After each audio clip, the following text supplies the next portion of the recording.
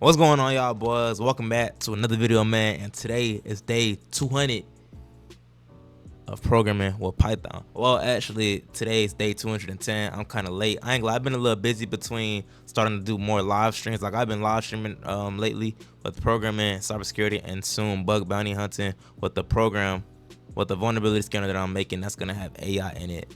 NetVuln 2.0. But y'all finna see that in this video, NetVuln 2.0. I also made NetCracker and I made NetBooter 2.0. And I also made an update to NetAlert 2.0. That's a lot of 2.0s. But y'all finna see this major ass update to NetAlert 2.0 that I made. That shit is lit. Like you're able to, it's the program is actually able to, without connecting or knowing the password to your router, you're able to boot devices offline on whatever local network you're on, and you can do it to multiple devices. It's gonna do an ARP spoof attack, an ARP poison, and it's gonna be able to do a denial of service whenever you want it to. But besides all that though, let's go ahead and get into the video. Remember the last time you used a public restroom?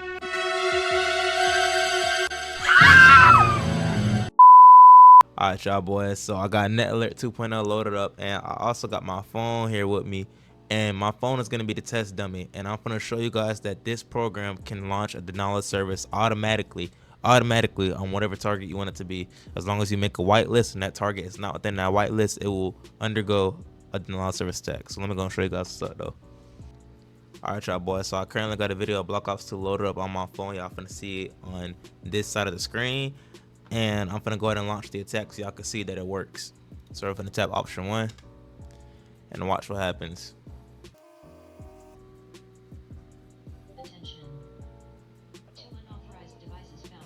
So look, the program is now launching the attack on my iPhone, which is right here. It did it twice actually. I need to fix that. So let's go ahead and try to tap another video on my phone and watch how it can't load it up. It won't work. But watch this. As soon as I end the attack, all I gotta do is tap Control C and it's gonna stop. Boom. Actually, I think I gotta exit too. Boom. There we go. Stop playing with me. Hey, see? This program is 3,200 lines long. I'm gonna put a link to the GitHub in the description. I wasn't messing around with it. Just please keep it ethical, man. Like real shit. Have some good intentions when you use this program. When you use this program, please have some good intentions. The only thing I gotta say. But let's go ahead and get on to the next program. All right, y'all boys. So this is NetCracker. And the purpose of this program is that this program is going to be able to scan networks within your area of the Wi-Fi adapter you have. It's going to use that to scan networks in the area, get the BSSID, SSID, the MAC address of that SSID. And if your Wi-Fi adapter is able to go into monitor mode, you are going to be able to detect and find devices that's connected to other APs in your area without even being on the same AP as them. And so I'm gonna show you guys a little demonstration of what's gonna look like, but it's not done. But y'all gonna see somewhat the potential of when it is done though. All right, so I'm going to tap option 1 to scan for networks. Beginning network-wide scanning.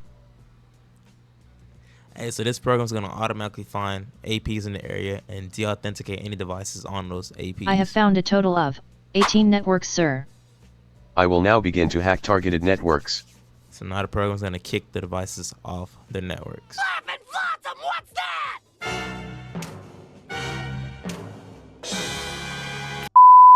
No, I'm just fucking with y'all.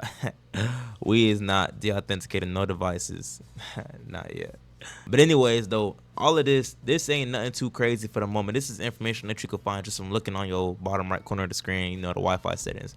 But it tells you the encryption type, and when it finds open ones, it's going to tell us that, and then from there we'll be able to automatically log into those networks and de-authenticate those devices, or de-authenticate them without even having to log in. But beyond that, we are going to have an adapter, a special adapter that's going to allow us to use monitor mode to be able to check out and look into things without having to be on that same network. You know what I'm saying?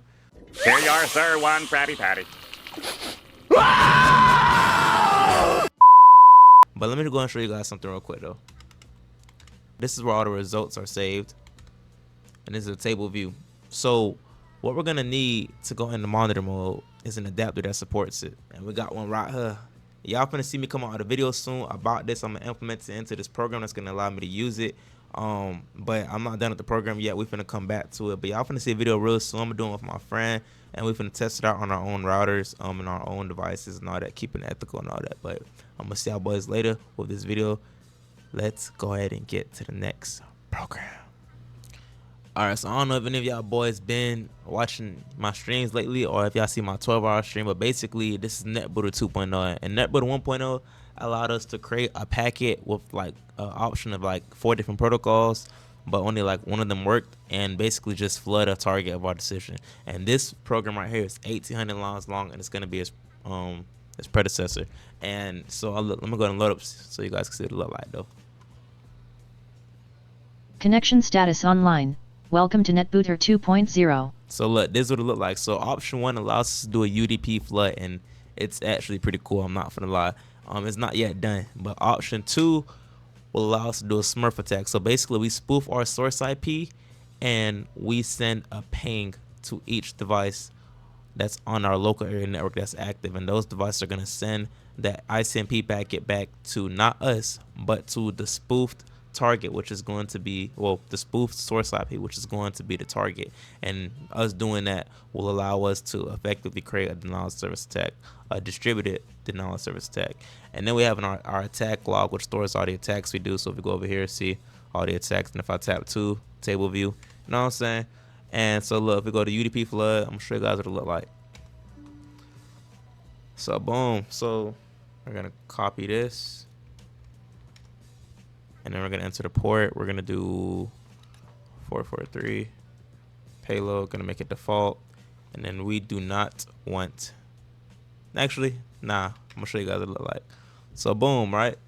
So right now it's on a delay because I have it on delay, and you could change that by just putting in something when it asks if you want to delay. So it's sent 170 packets so far, and this the time, this the latency, and it's getting the latency live through a worker thread right here. And this the thread that's in the background controlling it. So let's go ahead and see what it looked like once we put in the thing to make it no delay at all. Alright, showing to pause the attack. Yes. And then it went ahead and saved the attack. So let's go ahead and do this. Copy this. Boom. 443. No payload. And then enter something. And boom. Look at that. Look how many packets we have sent so far. The time, the latency. And so this program, so usually you want to see the latency go up, that's how you know you're actually doing something. But we're using the Scalpy library, and the Scalpy library is not, it's not sending the packets fast enough because of the fact that it has to translate the packet through the Scalpy library to then be able to give it to our system to go through the OS model to then send the packets, and that's not fast enough. So we're gonna use the socket library instead, but we're gonna change up a couple things for that. But we're finna come back to this program though. We're finna go to the next one and the last one, which is NetVuln 2.0, and that's the best one. I can't wait to show y'all that.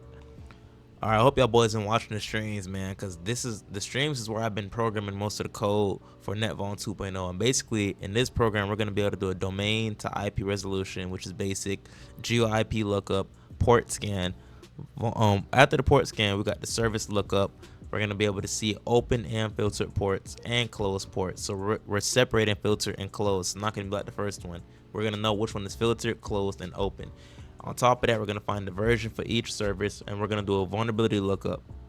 And we're gonna have Shodan, we're gonna have vulners, we're gonna have NVD. It's gonna be lit, and we're gonna use Nmap in this program too to perform different vulnerability scans and different service lookups, banner grabs, and all that. We're gonna do subdomain enumeration, directory enumeration, and we're gonna look for IDORs and a little bit of CQL. So this program is gonna be lit, but let's go ahead and get into it so I can show you guys though.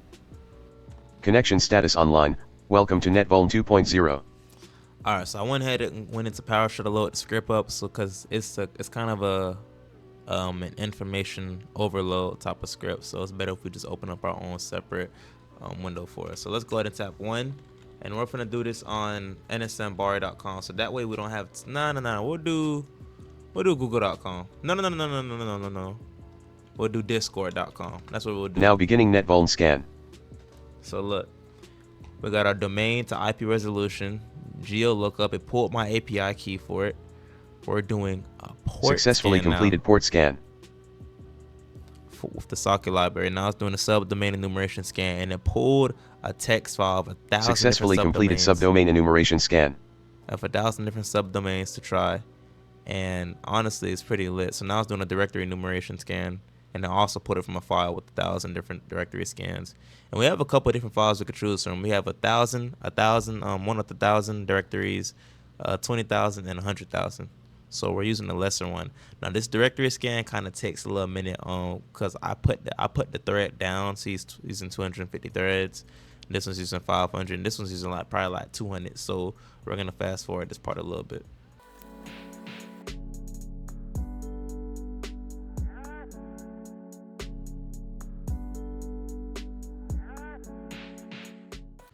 Alright, so look, I'm not gonna lie.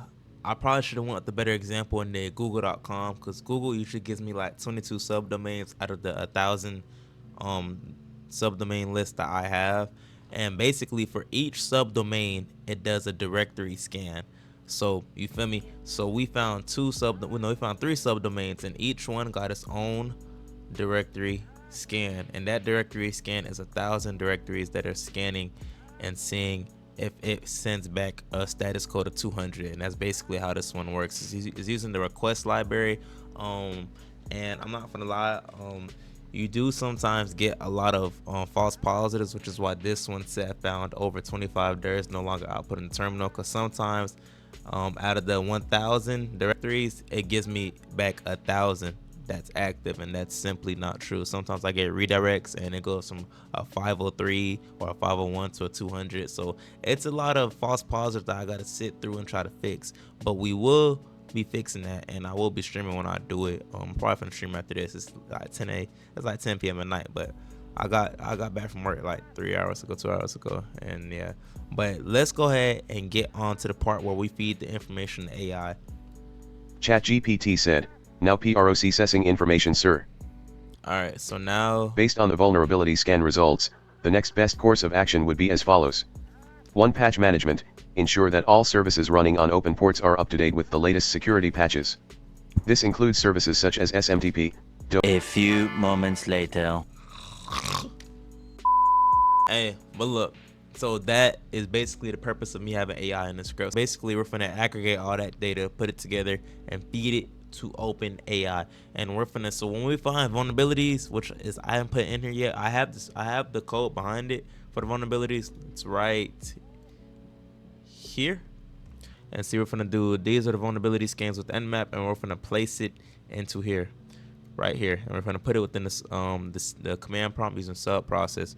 But basically, we're feeding all that info to AI, and it's gonna give us back with its immense, external, inevitable, immense, immaculate knowledge base, where it's going to tell us what's the best next course of action to take with all this info. Now, the info for directory scan isn't saved and given to AI yet. I didn't do that yet, but yeah, this program's gonna be real lit. Like I said, y'all boys gonna see more about it in the stream. I've been making this whole thing on stream, or most of it, so if y'all want to see it, make sure y'all slide on there. But anyways, though, hopefully y'all boys enjoyed the video. So we basically got 3 new repos and 1 major update. We got NetCracker, NetVuln 2.0, NetBooter 2.0, and a major update to NetAlert. And all of those are available on my GitHub. I gotta update NetVuln 2.0 because the directory scan and the cleaner UI is not pushed to my GitHub yet. I probably will push it soon, though, in a couple hours. Like I said, most of the script and most of the code behind NetVuln 2.0 I made on stream. So if y'all boys gonna start tuning in, go ahead. I'm gonna try to stream Tuesdays. I'm gonna try to stream Sundays, Tuesdays, and Thursdays at night. I'm gonna try to do at least 2 times out of the week on one of those days to fall on. It's just been, I ain't gonna lie, I try to keep this video short. It's like 15 minutes long, which is like one of my longest, but I had a lot of info and a lot of code to go over with y'all boys though. But going forward though, it's the summer now. I got some certifications I gotta retake my pen test, plus I failed it. I was off by like 30 points. I couldn't retake it in the moment because I had to take my ASVAT, which I got a 68 on, and I got a qualifying score to get in cybersecurity in the military. I want to try and join the Space Force or the Air Force. I'm talking to recruiters, so we finna see how that go. I'm gonna keep y'all boys updated with that. If anything, on some good news, which I pray I get some good news with that. I'm gonna be making a video about that, a separate video. But in the meantime, if y'all boys wanna follow me on Instagram, y'all can. I made a new Instagram for y'all boys follow me on, boys and girls. And y'all can hit me up in the Discord too, but I suggest hit me up on Instagram because it'll be easier. But until next time though, I'm gonna see y'all boys later though. This series might be ending soon because it's day 20. I don't know if I'm going to day 365. We'll see though. I really didn't expect to get this far, but it's been fun. It's been a little journey, and I really appreciate y'all boys for sticking around and watching. I'm not gonna lie. But until next time, to my next video though, I'll be seeing y'all boys later though. Peace.